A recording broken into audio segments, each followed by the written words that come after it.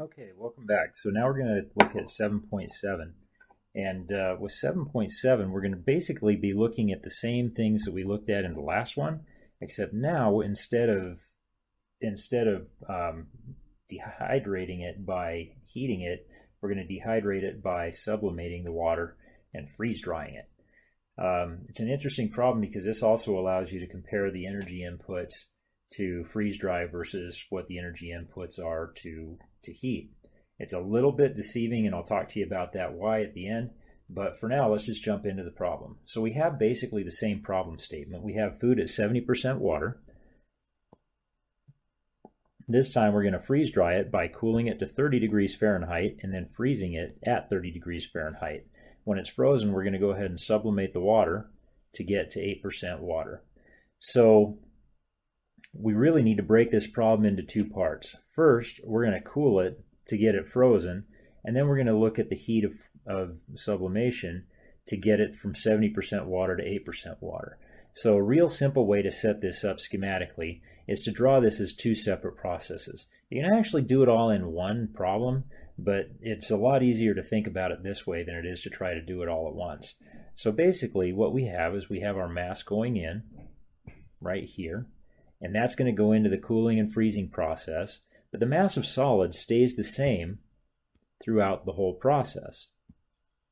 So we're going to use that to our advantage in the mass balance. The mass of the liquid going in, it goes through the first process, and basically all we're doing is freezing the liquid. So even though we've given you this complicated problem statement, this is no different from things that you've already been doing. We're just going to calculate how much energy it takes to freeze that liquid water into ice, and that's going to be step one. Then we're going to take that same liquid ice and we're going to see what it takes to sublimate that, and that's really what we're going to be doing. And now that we've sublimated it, we're going to have a mass of ice and we're going to have a mass of vapor. So you see, this is really similar to the last problem, except instead of just going through the heat of vaporization, now we're going through the heat of formation. So some of the basic assumptions are that, again, our kinetic energy and our potential energy are equal to zero. We're also going to assume that there's no pressure drop. Now, if you actually do this in practice, then what ends up happening is that you achieve the sublimation and freeze drying by enforcing a pressure drop. In other words, what you do is you put it in a vacuum chamber and you reduce the pressure. If you already know about that and you're wondering, well, why aren't we dealing with pressure? Just trust me, it doesn't matter. In this case, if we were going to try to calculate the energy to make the pressure drop, that would be a whole different story. But we're not worried about that. We're just worried about the energy that's coming out of the food. So how much energy do we have to pull out here? And how much energy do we have to pull out here? And then it's kind of interesting to look at how these things compare when you look at the two problems, the previous one and this one side by side. All right, so again, from page 99, here are some of the things that you need to know. Your C of the solid food is 0.2 BTUs per pound mass per degree Fahrenheit. Your temperature at 70 degrees, here are your H values that we pull from table B6. Once we freeze, then we go to table B10, and here are those values, and then here's our enthalpy for the ice. All right, so let's look at conservation of mass. You can actually use the mass balance from your last problem because we're doing exactly the same thing. So in this case, we have the mass of solid plus the mass of liquid is equal to 1 pound mass. The mass of the liquid in this case, and these are things that we're given because we're at 70% water, mass of the liquid is 0.7, mass of the solids initially is 0.3. And remember, I told you that the mass of the solids never changes through this problem. We never take any solids out. So what we're doing is we're basically taking that liquid, we're freezing it, and then we're taking some of it out as water vapor. So this is actually the value that you're going to mess with. But again, you can use exactly the same mass balance we used in the last problem. So from your final conditions, we know that we end up at 0.08, a ratio of 0.08 liquid to solid. And so we can solve that the same way. And that's by taking the mass of the initial and then dividing that by the mass of the solids plus the mass of the ice on exit. So in this case, you're going to end up with basically the same values you had last time. And your MVE should be approximately 0.7. It's not exactly 0.7, so don't plug 0.7 in your homework. I want you to actually solve this. Now we're going to move and look at conservation of energy. So we just did conservation of mass, and we'll use that in our conservation of energy. For the cooling and freezing process, it's going to look something like this. You've got your mass of your solids and enthalpy of solids initial plus mass of liquids initial, H sub L initial. So here's what we did on one side of the equation, right? So this is the left-hand side of the process, and that's equal to your Q cool.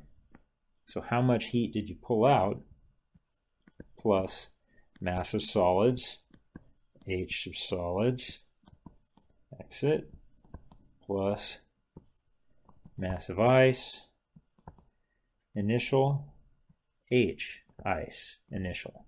So we're drawing our system boundary back here. We're just looking at this part of the process initially.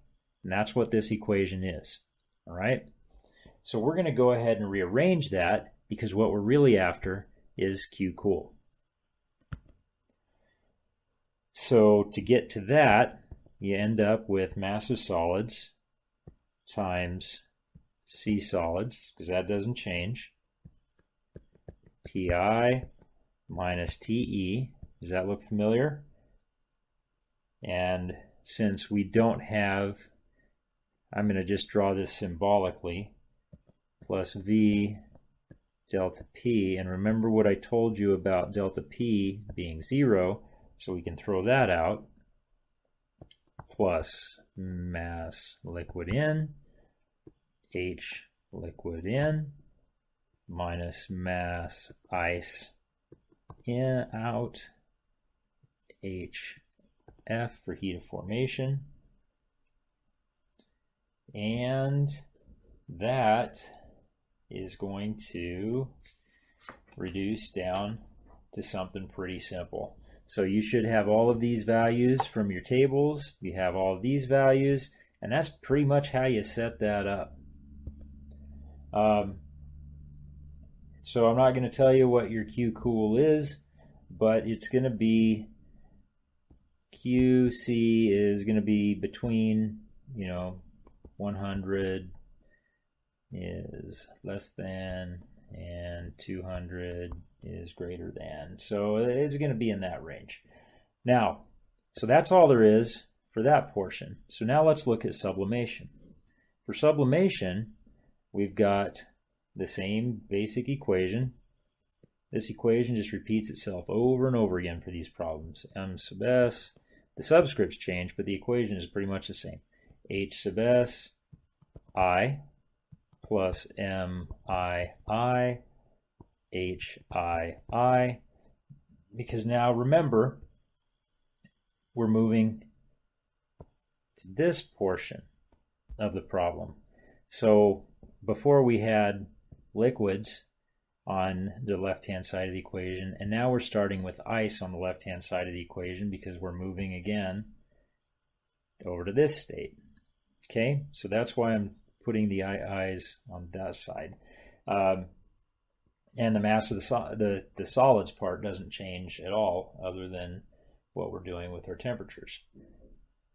Plus Q sublimation equals MS HSE plus MIE HIE plus MVE HVE. And that's the problem statement right there. So now just rewrite this for Q sublimation. And since the temperature is constant, your okay, so I better say that T is constant because you're going to want to know about this. That means that your H sub S at the exit is equal to H sub S at the inlet. And all of that reduces to the point where you can basically write this as Q sub is equal to MIE HIE plus MVE HVE minus MII HII, and solve. So then you should be able to get your Q sub, and that's going to be somewhere between, should be somewhere between 700 is going to be less than Q sub, and whoops, did I write that right? Probably not.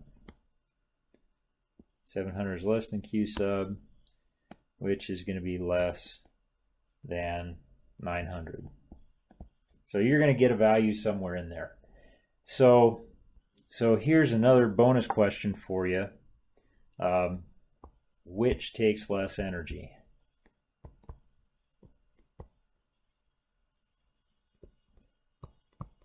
And that's the freeze dry or the heating. And it's interesting because if you just look at it from a straight energetic standpoint, it seems like it's going to be the freeze dry, but it's actually not, because of the processes you have to use to get to that point. Okay, good luck with this, and we'll see you in class on Friday.